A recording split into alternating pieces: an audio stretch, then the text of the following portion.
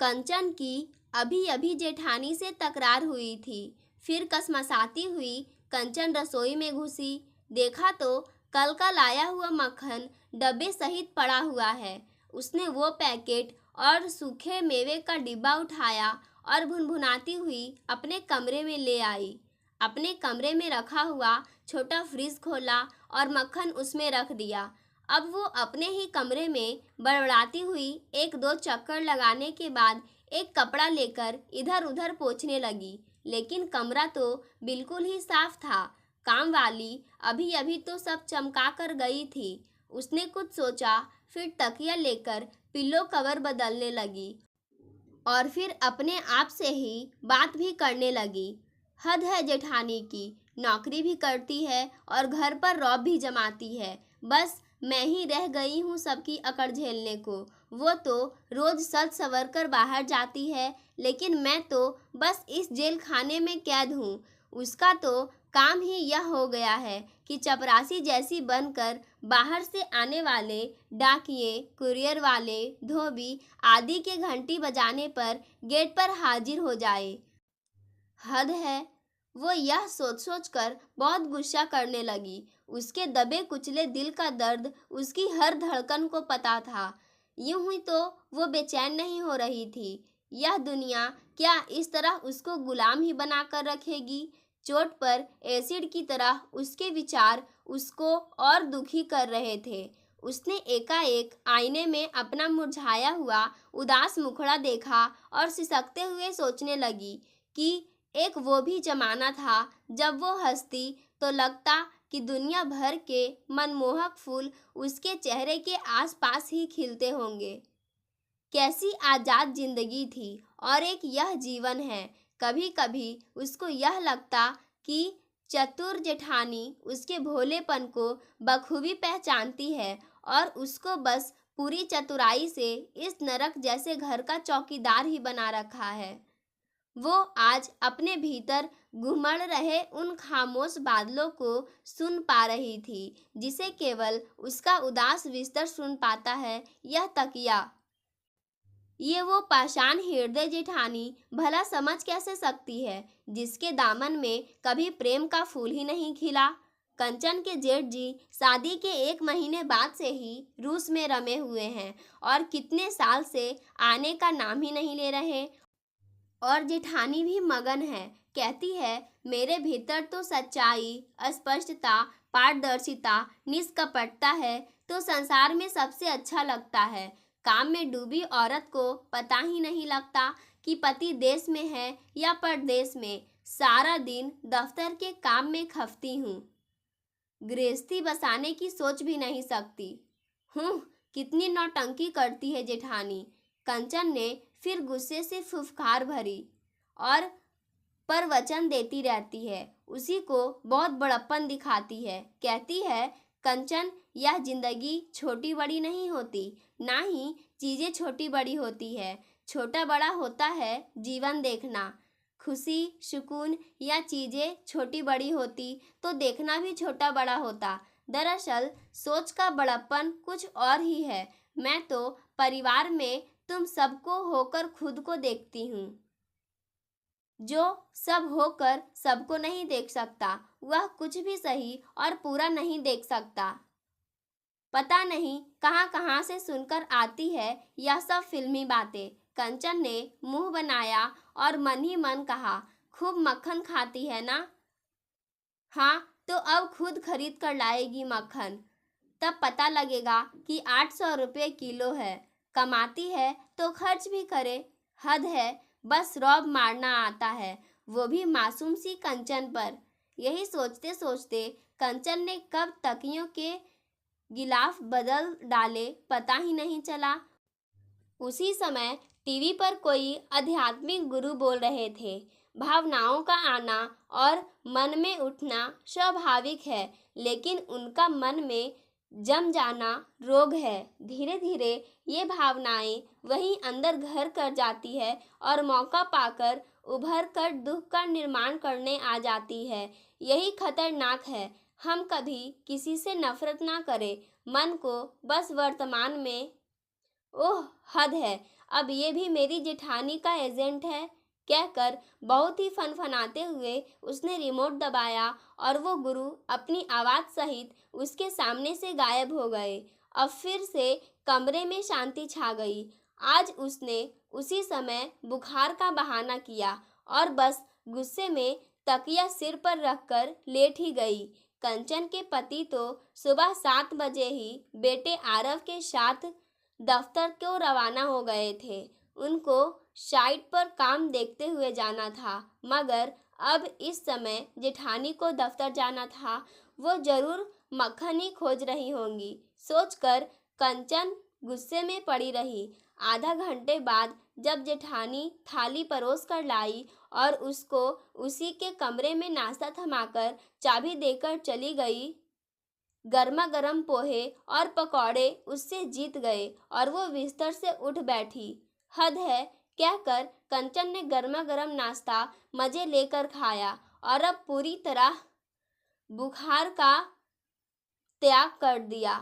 ऐसे ही सब बिल्कुल लाइन पर रहेंगे। वो अपनी विजय पर फूली नहीं समा रही थी, उसी को पागल समझ रखा है सबने। नाश्ता करने के बाद जब वो रसोई में आई तो यह देखकर बहुत ही खुश हो गई कि रसोई पूरी साफ और जमी हुई थी। वाह, मन ही मन ऐसा बोलते हुए कंचन ने मक्खन का पैकेट और वो सूखे मेवे दोनों ही उनकी जगह पर वापस सलीके से रख दिए। घड़ी में समय देखा और गर्दन हिलाकर झुक गई। वो जानती थी आज बेटे का हाफ डे है और वो बस 1 घंटा में ही लौटने वाला है। इसलिए कंचन ने स्वादिष्ट कढ़ी चावल तैयार किया। कहीं किसी के घर रेडियो पर गुलजार बोल रहे थे। उम्र जाया कर दी लोगों ने, औरों के वजूद ने नुक्स निकालते निकालते। इतना खुद को तरासा होता तो फरिश्ते बन जाते। वो गुलजार की आवाज में खोई जा रही थी। कंचन आनंद से अपनी पाक कला में रमी रही, मन से पकाया और बेटे के साथ स्वाद लेकर खाया। बड़ी मम्मी ने पकौड़े कितने स्वादिष्ट बनाए मम्मी, और ले लूं? हाँ हाँ आरव, ले लो, मैं तो सुबह ही गर्मा गर्म खा चुकी। इतने जायकेदार, बिल्कुल मेरी बड़ी मम्मी जैसे। आरव खाता रहा और बोलता रहा। खिड़की से शीतल हवा आ रही थी। आज मौसम बादलों से सराबोर था और दोपहर का 1 बज रहा था। अचानक ही कुछ सिहरन सी हुई और कंचन का दिल जेठानी पर उदार होने लगा था। जेठानी बस 2 साल ही तो बड़ी थी उससे, मगर उनके हर स्पर्श में, उनकी हर बात में कमाल की परिपक्वता लगती थी। उसे बार बार महसूस होता कि जेठानी के बगैर वो एक उदास और सुनसान पोखर ही होती। वही तो अपने स्नेह से उसके समूचे उदास पानी में एक लहर पैदा कर देती है। वो सचमुच एक ऐसी महत्वपूर्ण शख्स थी जो अभी कंचन से परिभाषित तो नहीं हो पा रही थी, पर वो कुछ ऐसी तो थी जो उसके मर्म पर और आंतरिक इच्छा पर राज करने लगी थी। उनके बिना यहाँ परिवार में इतना आराम पाना कंचन के लिए तकरीबन असंभव ही होता। सोचते सोचते ही उसको यह भी याद आया कि उसकी जेठानी यहाँ पर बिल्कुल ही अकेली महिला है और करोड़पति और समर्थ है। 4 नौकर रखकर ठाठ से अकेले रह सकती है। इतनी बेमिसाल है कि अमीर होकर भी कहीं अलग ना रहकर कितने प्रेम से उन तीनों के ही साथ रहती है। उन्होंने खुद अपने लिए किसी भी मनपसंद जीवन की कभी कामना तक नहीं की। बस खूब किताबें पढ़ने का शौक और कुछ नहीं चाहती। कितनी ही बार वो कंचन को 5-5 हजार रुपये ऐसे ही निकाल कर दे देती है, जैसे 10 रुपये के 4 नोट हो, जबकि उसके अपने भाई भाभी निपट कंजूस है। उसको याद आया कि जेठानी ने आरव के जन्म पर उसकी कितनी सेवा की, जबकि उसके भाई भाभी ने यह सब देख कर भी खास महत्व नहीं दिया, उसकी सेवा नहीं की। पर उसकी जेठानी ने कभी शिकायत तक नहीं की। बखूबी जानती है वो कि बुद्धि और तर्क से बस मजमेबाजी ही होती है। तमगे तो खूब जीते जा सकते हैं, पर जिंदगी कतई नहीं। जिंदगी कई बार मनुष्य की बुद्धि और तर्क दोनों से परे चली जाती है। उसकी जेठानी तो अपने में मगन रहने वाली सरल और सहज महिला है, कभी किसी बात की शिकायत नहीं, और वो खुद कितनी निपटी और लोभी है। जेठानी सुबह से रात तक रविवार को अकेले घर पर रहती है, और कंचन अपने पति और आरव के साथ सैर सपाटा, पिक्चर, पिकनिक। उसने कभी नहीं सोचा कि उनकी भी कोई उमंग होगी। मैं कितनी घिरी हुई सोच रखती हूँ। यह सब सोच सोच कर आंसू बहाती रही। बेटे की नज़र बचाकर उसने मुंह धोया और उसे कहा, आरव, आज मौसम बहुत ही खुशनुमा है। चलो तुम्हारी बड़ी मम्मी के पसंद के ताजे करेले लेकर आते हैं। आज शाम को उनके लिए भरवा करेले बना देती हूँ, और तुम्हारे लिए पनीर पराठा। पनीर वाला पराठा? वाह मम्मी! 8 साल का आरव झूम झूम कर नाचने लगा और रसोई से एक थैला लेकर आ गया। बोला, मम्मी, आपके सेवा के लिए तैयार हूँ। कंचन हंस पड़ी और पर्स निकाल लिया। अब दोनों घर से निकल पड़े। पूरा आकाश ही काले घने बादल से घिरा हुआ था। लग रहा है कि शाम हो गई। मम्मी, आज तो ऐसा मन कर रहा है कि गाते झूमते हुए जाएं, है ना? आरव ने उछल कर कहा तो कंचन ने कहा, हाँ हाँ, मगर बिल्कुल किनारे किनारे चलो। कंचन ने अपने बेटे को साथ लेकर खुद भी अपने कॉलेज के ज़माने को याद कर मस्त मगन अंदाज में ही चल रही थी, और मन ही मन गुनगुना भी रही थी। पंछी बनूं उड़ती फिरूं मस्त गगन में। वो तो मन ही मन गुनगुना रही थी कि आरव ने उसकी कलाई छूकर कहा, मम्मी मम्मी, देखो ना, अभी पूरी सड़क खाली है। चलो ना, हम दोनों गाएं, पंछी बनूं उड़ती फिरूं मस्त गगन में। वो खिलखिलाकर हंस पड़ी और गाने लगी। आरव भी गाने लगा। मौसम वाकई में बहुत ही खुशनुमा था, इसलिए कंचन करेले और प्याज खरीदने के बाद आरव के साथ जरा और दूर निकल गई। उसने फलों का एक ठेला देखा और रुक गई। जामुन बहुत ताज़ा लग रहे थे। कंचन ने पूछ लिया, यह जामुन कैसे दिए? फल वाली ने कहा, 200 रुपये किलो। कंचन, अरे बहुत महंगा है।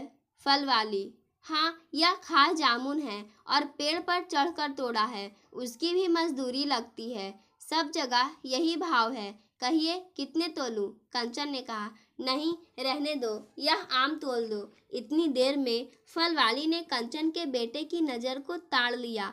वो बार बार जामुन ही देख रहा था। फल वाली ने उसको मुट्ठी भर जामुन दे दिए। बेटा बहुत खुश हो गया। उसने कमीज के खाली जेब आगे बढ़ा दी।